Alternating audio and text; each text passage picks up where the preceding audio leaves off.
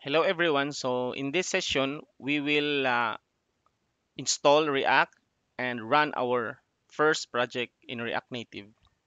So ang first ninyo buhaton is i-install ninyo ang package ni React Native. So these are the steps. So first is npm install -g expo-cli. So you only have to do is type that npm install -g expo-cli. Then press enter. This will take time. No, if there is unnecessary updates, so they will let you choose if yes or no. So just update the kung naay if there is unnecessary updates. Okay? So in this case, in my case, I already installed because this will take time maybe about 5 minutes to 10 minutes siguro. So ako na siyang gi-install daan. So we don't need to do that. So makita man na ninyo, you will see that nga mahuman na gid siya kay wala na siya nag-loading, wala na siya nag-execute. Okay? So next will be once ma-install na ninyo, you can now uh, check the version of your um, React using npm view react version.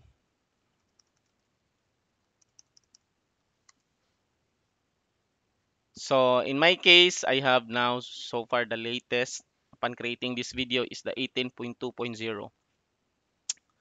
Okay? So pasabot ani na install na nako successfully si React. So right now we will create a project na. So una nyo ba to navigate your terminal to your desired location of the project before running this code like this, no? So magbuhat ta og kanang folder kung asa na to gusto i buhaton si Kwan. So I have here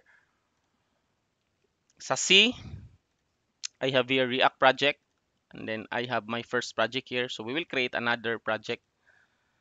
So adto ta ani nga folder ko no dayon para dili na mo magsigi og man-navigate sa CMD. Kapoy man lang sa CMD kay adto ka sa imong cd dot no, you always do that, and then dir, then cd react project ana. So diri na ko gusto isulod ang project. So para dili na ka mag-ingon ana, adtuon lang nimo ni nga folder, then type na ka diri cmd. So automatically dadto na kaniya dia. So diri ka mag-create og project using this command npx create expo app, no, npx create expo app. Dayon imo dayong project name. So in this case, bunganlan nato og our second project ana. Then press enter lang. So this will download and installing the JavaScript dependencies. So tanan niya, sagdan sa nimo siya, you need to wait. We need to wait. So since first time na ko siya gi-execute for this project, so we'll just wait until the creating of project is done. So ingon ani siya no. Magulat gyud ta ani.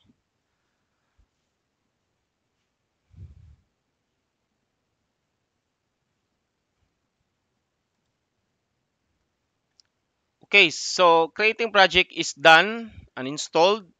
So gi-post na ko ang video while ginawa no kay boring kay makita ninyo kung nagdagway always. So makita din ninyo dinhi sa folder na kay our second project nga folder. So next thing is after creating a project, don't run anything. So wala sa kay button. So i-open sa nimo imuhang project.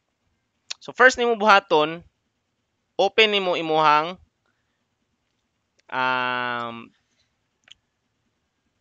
VS Code. So ato ta sa itong VS Code. VS Code. So open folder, our second project, like that. Then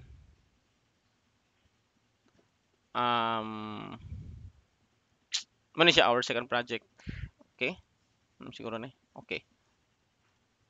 Then open your app.js. This is the main yun, pinaka main sa tuwang app nga source code. So kung kani siya, muna siya ang source code running, dapat natin makita sa tong phone nga open app.js to start working on your app. So first nimo buhaton is i-install nimo ang Expo Go sa imong cellphone. Okay? So in my case, I already installed one, Expo Go, no? Makita ninyo. Dayon, ako imo na siyang i-open ng Expo Go once mahuman nimo gi-install.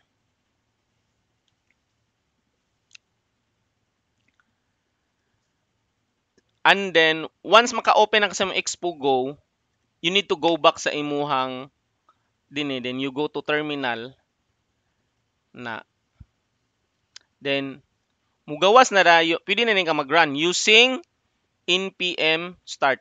Make sure day tuod nga ang imuhang cellphone, imong phone is connected siya sa internet. So npm start. So makita nimo nag-running na siya, nag-build siya. Nakita mo ato na ni pop up nga QR. Importante to siyang QR akong ibalik. Then sa imong Expo Go na ay scan QR code diha. I-press nimo na, i-scan day nimo ning sa computer nimo. So automatic siya gi-detect.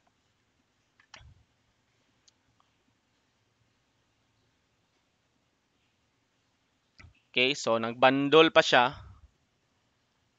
Nagbundle. Nakita ninyo or hayag ra kaayo.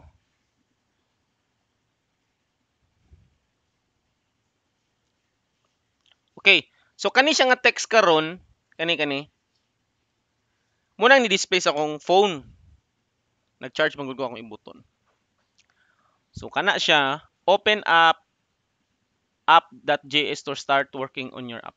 Kani siya nga text, mo gid ni siya ang ni-display sa akong kuning mi paubos.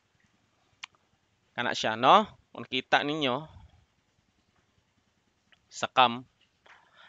Okay. So kung ako ni siyang himuong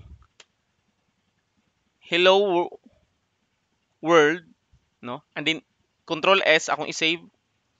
Wala pa na akong i-save para makita ninyo. I don't know kung makita ninyo. Pag control S na ako, automatic na siya mo update. Muna siyang gitawag og React. No? Ni update na imong display. Nana imong display karon dinhi sa imong phone. Okay? So close na nako ni. That's how you gonna display your output in your mobile phone using Android. So i-close na nako ni. And then kaning running nimo karon, control C lang ka para mo end. Control C, nag-stop na yung server. Okay? So another method to display the output of your React Native is using an emulator. Pero kani siya nga method is medyo heavy gid ni siya. Kinahanglan siya kay mag-install man ka og Android Studio ani. Okay? So ang buhaton nimo kung nakay gusto nimo sa emulator lang sa, in my case na namon koy emulator din una nimo buhaton is i-open nimo ang emulator. Android Studio. Android. Narana ko. Mo ni akong installed Android Studio. Heavy ni si Android Studio. Just follow the steps nga akong ibutang din Open Android Studio, open Android, then more actions, then virtual device manager, then click next. So kani once ma-open na nimo imong Android Studio, click lang nimo ning more actions. Dayon virtual device manager. So kani siya, pwede ka mag-create og device kung wa pa gid na siya sulod, mag-create ka, mili kag phone, size sa imong phone, unsa kadako sa iyang screen, no? Then next lang na siya. So in my case na nakoy duha, no? Ani. So kanilang piliyon ang pinakataas, then kanilang dayong launch the emulator, kaning play nga button. So once mag-play na siya, maghulata mo gawas. Bali ang mahitabo ning emulator, mag-display lang ka og cellphone gyud. Kani. So nanatay cellphone karon. Nanatay source code, nanatay cellphone.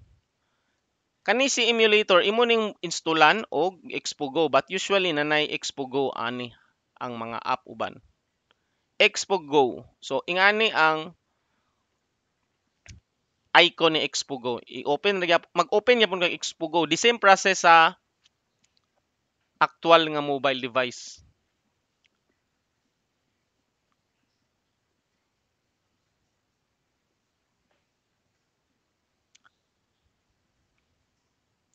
Okay? So, let's wait.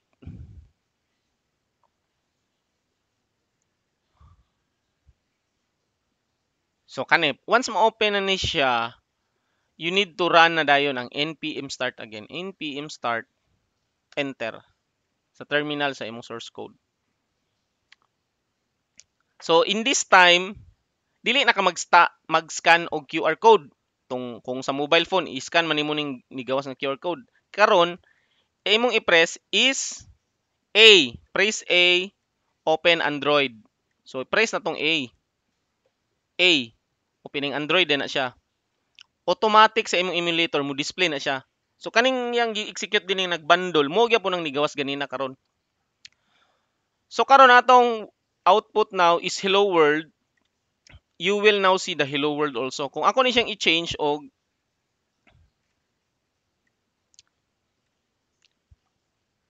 hello universe, then save. Save na ko ni. Control S. Automatic na siya mo update. Mo react siya. That's why called react. Okay? Kung naka iOS version ka, this also the steps. Kung iOS imong computer, these are all the steps para ma-open nimo imong emulator sa imong laptop. But I cannot demonstrate it in this video because I am using Windows. Okay? So that ends our topic for this session. So on the next video, ako ning i-discuss unsay nahitabo aning mga code diri. Okay? So thank you for watching.